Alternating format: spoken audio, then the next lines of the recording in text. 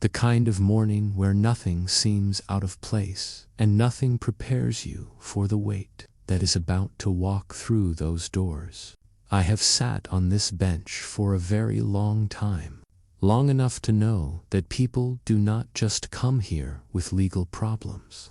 They come here carrying pieces of their lives, sometimes broken, sometimes fragile, and sometimes hanging by a thread. Most cases are routine: speeding tickets, small disputes, people arguing over things that, in the grand scheme of life, do not matter nearly as much as they believe they do. But every now and then, someone steps forward with something heavier than guilt, something deeper than a mistake. That morning, when I called the next case, I did not know I was about to hear a story that would test not just the law, but the very idea of justice itself. The bailiff called her name Maria Collins, and I watched as she approached the podium. She did not carry herself like someone ready to argue or defend herself. She moved slowly, carefully, as if each step required effort. Her coat was thin, worn from time and use, and her hands trembled slightly as they rested on the wood in front of her. But what held my attention were her eyes. They were tired in a way that goes beyond lack of sleep. They were the eyes of someone who had already been through something and was now standing here, waiting to see if things were about to get worse. I looked down at the file in front of me and then back at her. Reckless endangerment, unauthorized use of a vehicle, leaving the scene of an accident, serious charges, the kind that usually come with consequences people remember for a long time. I asked her if she understood the severity of what she was facing, and she nodded, her voice barely audible as she said yes. There was no arrogance, no attempt to argue the facts. That, in itself, was unusual. Most people try to explain immediately, to defend themselves before a single question is asked. She did not. She stood there as if she already knew the weight of what she had done. I leaned forward slightly and asked her the simplest question, the one that matters more than any legal wording on that paper. Why? Why take a car that did not belong to you? Why drive at dangerous speeds? Why leave the scene of an accident? Why make a series of decisions that could have ended someone else's life? At first, she said she borrowed the car, not stole it, and I have heard that before, more times than I can count. But then she said something that shifted the room in a way you could feel without anyone saying a word. She said she had no choice, and then she said it was not for her. It was for someone else. That is the moment I stopped looking at the charges and started looking at the person. Because when someone risks everything for themselves, that is one kind of story. But when someone risks everything for a stranger, that is something else entirely. She told me it was late, that she had just finished a night shift cleaning offices, the kind of work people rarely think about, but depend on every single day. She was walking home because she could not afford a car anymore. And that alone tells you something about the life she was living. As she passed an alley, she heard a sound, something between a choke and a gasp. And, like most people, she could have kept walking. Most people do keep walking. The world has trained them to, but she did not. She went to check, and what she found was a man on the ground, older, struggling to breathe, clutching his chest like time itself was slipping away from him. She said she tried to call for help, reached for her phone, and found it dead. No battery, no connection, no lifeline. She looked around and saw no one. Cars passed, people drove by, and no one stopped. That is the part people do not like to admit. but it is true more often than it should be. And in that moment, she realized something that changes people. She realized that if she did nothing, that man was going to die right there, alone, unseen, unheard. She said she saw a car nearby, engine running, the driver inside a store, probably thinking they would only be gone for a minute. She made a decision in that moment, not a calculated one, not one weighed against the law, but one driven by something far more immediate. She dragged the man into the back seat as best as she could, got behind the wheel, and drove. She did not deny driving fast. She did not deny running red lights. She did not deny breaking the law in ways that could have caused harm. But she kept looking in the rearview mirror, watching a man fight for his life, and she made the choice to keep going. Then came the part where everything could have fallen apart completely. She hit another car. An accident.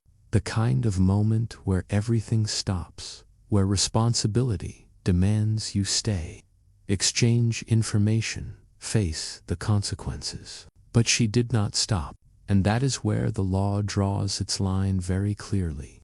You do not leave the scene. You do not decide which rules matter and which do not. And yet she kept going, because in her mind, stopping meant something worse than legal consequences. It meant death for the man in the back seat. She made it to the hospital. That part matters. She made it in time. The man survived. Doctors took him in, stabilized him, and did what needed to be done. And then, as it always does, reality caught up. Police arrived. Reports were filed. Charges were made. And now she stood in front of me, not denying what she had done, not trying to escape it, but simply telling me why. I asked her if she had any proof, any record, anything that could confirm her story. Because as much as people want justice to be about feelings, it is built on facts. She hesitated, and for a moment I thought there would be nothing. She did not know the man's name. She had no connection to him, no reason to ever see him again. Just a moment in time where two lives crossed under circumstances neither of them chose. The courtroom was silent in a way that makes you aware of every breath, every movement, every second that passes. And then something unexpected happened. The courtroom doors opened, slowly, not dramatically, just enough to draw attention. An older man stepped inside, walking carefully, as if still recovering from something his body had not yet fully forgotten. He looked around, uncertain at first, until his eyes landed on her, and in that moment you could see recognition pass between them. Not the kind that comes from knowing someone for years, but the kind that comes from a single moment that changed everything. He approached, and before anyone could stop him, he spoke. He said her name. He thanked her. He told the court that if she had not done what she did, he would not be standing there. The room shifted again, but this time it was not confusion. It was understanding. Real, undeniable, grounded in something more than words on paper. He had records from the hospital, time of admission, condition on arrival, the narrow margin between life and death. Everything aligned with what she had said. I sat there for a moment, looking at the file, then at her, then at him. The law was clear. What she did was wrong. There is no question about that. But justice is not just about identifying what is wrong. It is about understanding why it happened and deciding what to do with that understanding. If I punished her the same way I would punish someone who acted out of selfishness or disregard, I would be ignoring the very thing that makes justice meaningful. I told her that the law exists for a reason, that reckless actions can and do harm innocent people, and that leaving the scene of an accident is not something the system takes lightly. She listened, her eyes fixed on me, not interrupting, not arguing, and then I told her something else. I told her that what she did was not born out of carelessness. It was born out of urgency, out of compassion, out of a decision to act when others did not. I told her that while the law must stand, it must also be applied by human beings who understand the difference between harm and sacrifice. I dismissed the charges related to the vehicle. I dismissed the penalties that would have followed her for years. But I did not let the moment pass without responsibility. I reminded her that actions have consequences, even when intentions are good, and that next time, if there is ever a next time, she must find a way to act without putting others at risk. She nodded, tears in her eyes, not from fear this time, but from something closer to relief.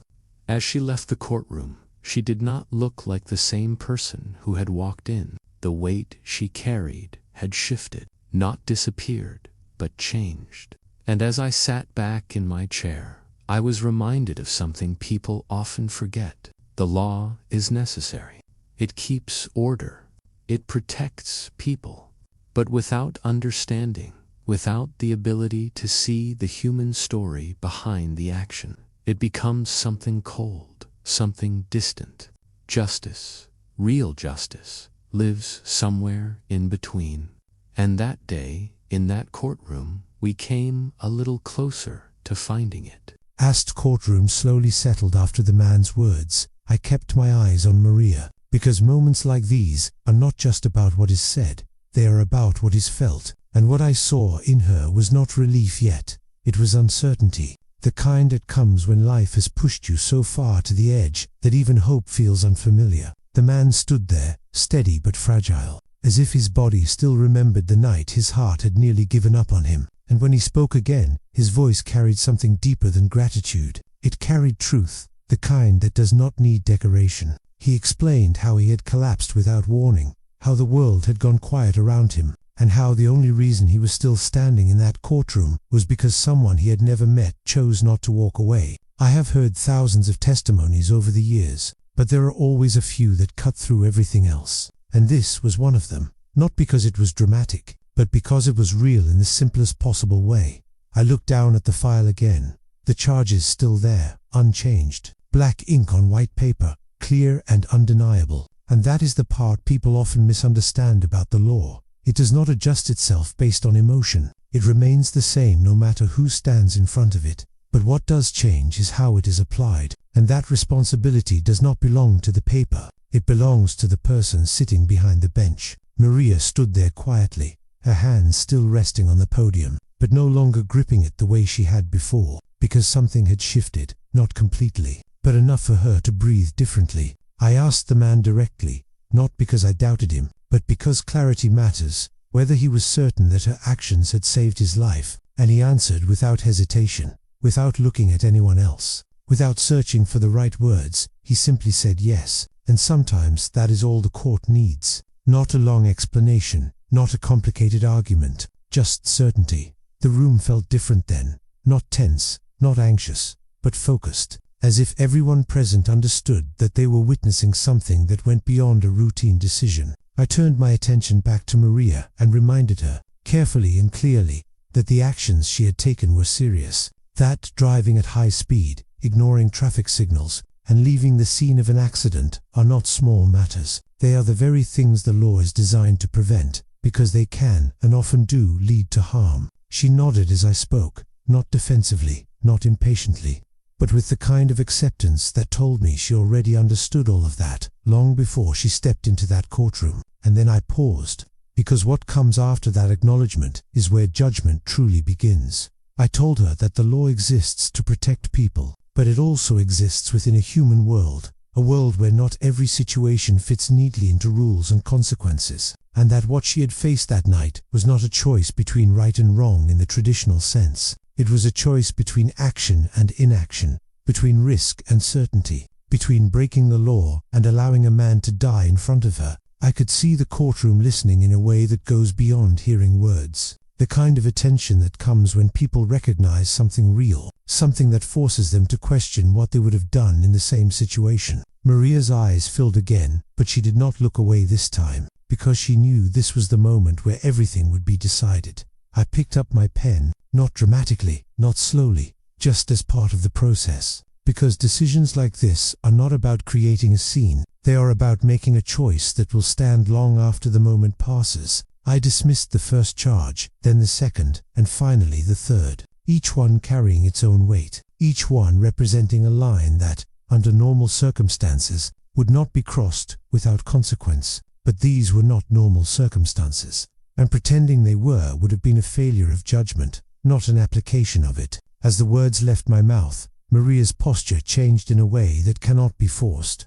Her shoulders lowered, her grip softened, and for the first time since she had entered the courtroom, she looked like someone who was no longer bracing for impact. She thanked the court, her voice breaking, but I did not allow the moment to end there, because relief without understanding is temporary, and I wanted her to leave with more than just the absence of punishment. I told her that what she did was not something the court would punish, but it was also not something that could be repeated without risk. That intention does not erase consequence, and that the next time she is faced with a situation that demands action, she must find a way to act without creating new danger. She agreed immediately, not out of obligation, but because she understood the truth behind those words. The man stepped closer once more, and there was no need for formalities anymore, no need for structured dialogue, because what existed between them did not belong to the courtroom. It belonged to that moment on the street where everything could have ended differently. He thanked her again, quietly this time, and she responded in the simplest way possible,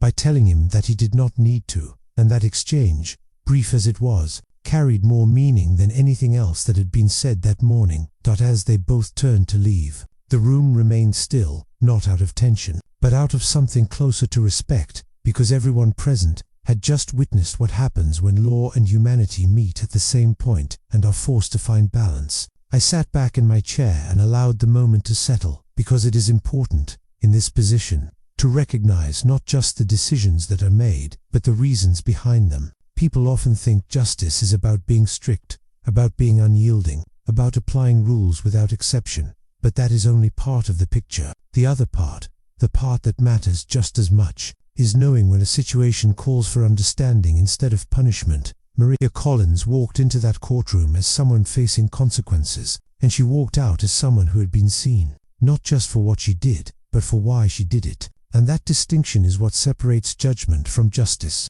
The law addressed her actions, but understanding acknowledged her humanity, and without that balance, the system loses something essential. As I prepared to move on to the next case, I looked out at the courtroom again, at the people waiting for their turn, each one carrying something different, something unseen, something that would not be written in any file or charge sheet, because the truth is, every person who stands in that room is carrying a story, and while the law can measure actions, it cannot always measure the weight behind them. That responsibility falls to those who are willing to look beyond the surface, to listen, and to decide not just based on what happened, but on what it meant. And that day, in that courtroom, we were reminded of something simple but powerful, that justice is not just about enforcing rules, it is about recognizing humanity, even when it appears in the most unexpected place.